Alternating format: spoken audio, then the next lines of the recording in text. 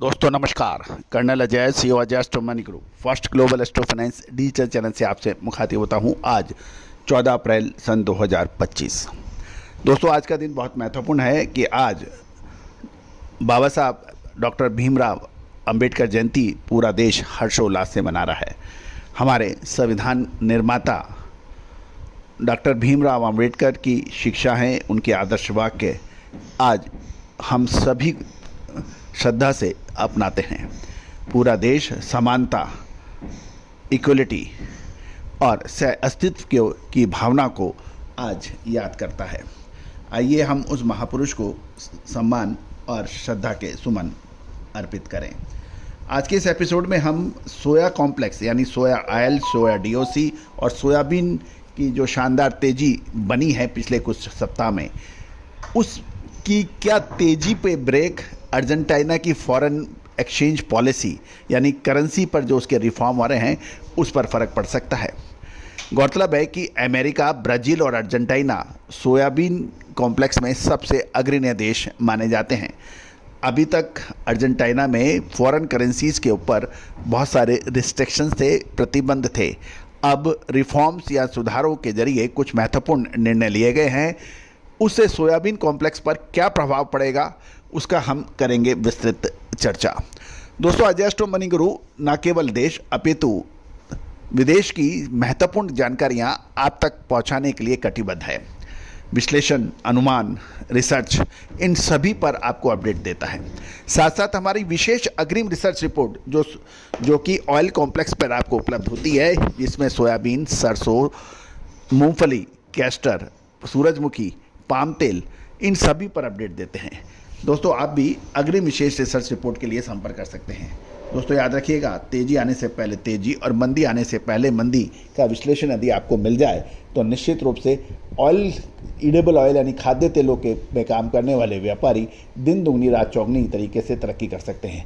और यदि आपके अनुमान, विश्लेषण और में फ़र्क आया तो फिर निश्चित रूप से माने कि खाद्य तेलों के व्यापारियों से बड़ा परेशान और कोई नहीं होता है, क्योंकि यहाँ पे उतार चढ़ाव बहुत तेज़ी से देखे जाते हैं। जानिए रिपोर्ट विस्तार से। दोस्तों इससे पहले हम आगे चले, एक विनम्र अनुरोध, यदि आप हमारे चैनल पर नए हैं, पहली बार आए हैं और अभी तक सब्सक्राइब नहीं किया है तो चैनल को सब्सक्राइब करना बिल्कुल ना भूलें। दोस्तों खबर निकल के आ रही है कि अर्जेंटीना में 2019 से विदेशी मुद्रा पर कारोबार में नियंत्रण था, जिसमें डॉलर खरीदने की लिमिट और मल्टीपल एक्सचेंज रेट जैसी पॉलिसी शामिल थी। लेकिन अब अर्जेंटीना सरकार इसे ओपन मार्केट रिफॉर्म की दिशा में एक बड़ा कदम मान रही है और कोई रिफॉर्म्स आ रहे हैं। अर्जेंटीना की नई करेंसी पॉलिसी साल 2024-25 सीजन की सोयाबीन कटाई की शुरुआत से ग्लोबल सोया मील और सोया तेल मार्केट में आने वाले दिनों में अब दबाव की तरफ इशारा हो रहा है।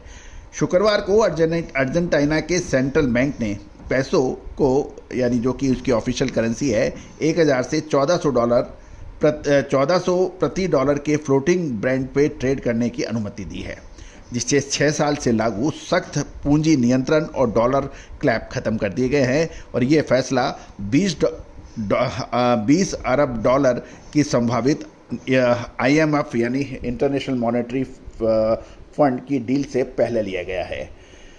ध्यान देने वाली बात यह है कि अर्जेंटीना में साल 2019 से विदेशी मुद्रा यानी फॉरेन एक्सचेंज पर नियंत्रण था, जिसमें डॉलर खरीदने की लिमिट और मल्टीपल एक्सचेंज रेट जैसी पॉलिसी शामिल थी। अब अर्जेंटीना की सरकार ओपन मार्केट रिफॉर्म की दिशा में इसे बड़ा कदम मान रही है। अर्जेंटीना दुनिया का सबसे बड़ा सोया मील और सोया तेल निर्यातक देश माना जाता है। पैसों की कमजोरी आने से क्रशिंग मार्जिन बेहतर हो सकते हैं और एक्सपोर्ट ऑफर और कॉम्पिटिटिव बन सकते हैं, क्योंकि यदि पैसों कमज़ोर होगा तो निश्चित रूप से अर्जेंटीना का सोया तेल और मील का सस्ता होगा। दूसरी तरफ नई फसल की कटाई भी अब धीरे धीरे रफ्तार पकड़ रही है, जिससे सप्लाई और क्रशिंग वॉल्यूम बढ़ने की उम्मीद लगाई जा रही है। बदलते एक्सचेंज रेट और नई फसल की आवक के चलते अर्जेंटीना के सोया मील और सोया तेल एक्सपोर्ट में तेजी आने की प्रबल संभावना बन गई है। इससे ग्लोबल मार्केट में ब्राज़ील और अमेरिका जैसे दूसरे प्रमुख सप्लायर या कॉम्पिटिटर्स के मुकाबले अर्जेंटीना की पेशकश और कॉम्पिटिटिव हो सकती है, जिससे ग्लोबल सोया तेल की कीमतों पर दबाव बढ़ने की संभावना है। गौरतलब है कि अमेरिका की बायोडीजल डिमांड से सोया तेल को कुछ हद तक सपोर्ट मिल सकता है और D4 RIN वैल्यूज में हालिया तेजी इस बात की ओर इशारा कर रही है कि 2026 तक EPA बायोडीजल ब्लेंडिंग अमाउंट को बढ़ा सकता है। अगर ऐसा होता है तो अमेरिका में सोया तेल की घरेलू खपत बढ़ सकती है। इससे इंटरनेशनल प्राइजेस पर गिरावट का असर सीमित रह सकता है। ग्लोबल सोया ऑयल कॉम्प्लेक्स पहले से ही डिमांड ट्रेड्स और ट्रेड फ्लो के बदलावों के प्रति काफ़ी सेंसिटिव है। ऐसे में अर्जेंटीना की करेंसी लिबरलाइजेशन और फसल की बढ़ती सप्लाई के साथ अमेरिका की संभावित बायोडीजल डिमांड निकट भविष्य में कीमतों की दिशा तय करने में सहायक सिद्ध होगी।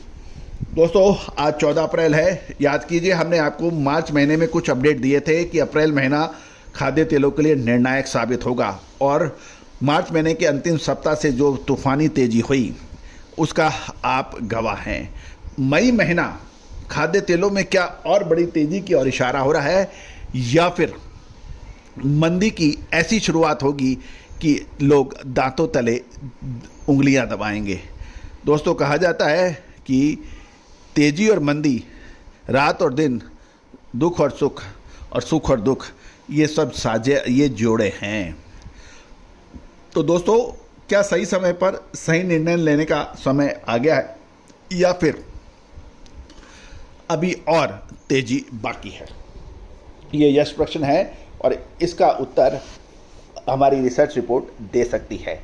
आज ही संपर्क करें। All the very best, good luck.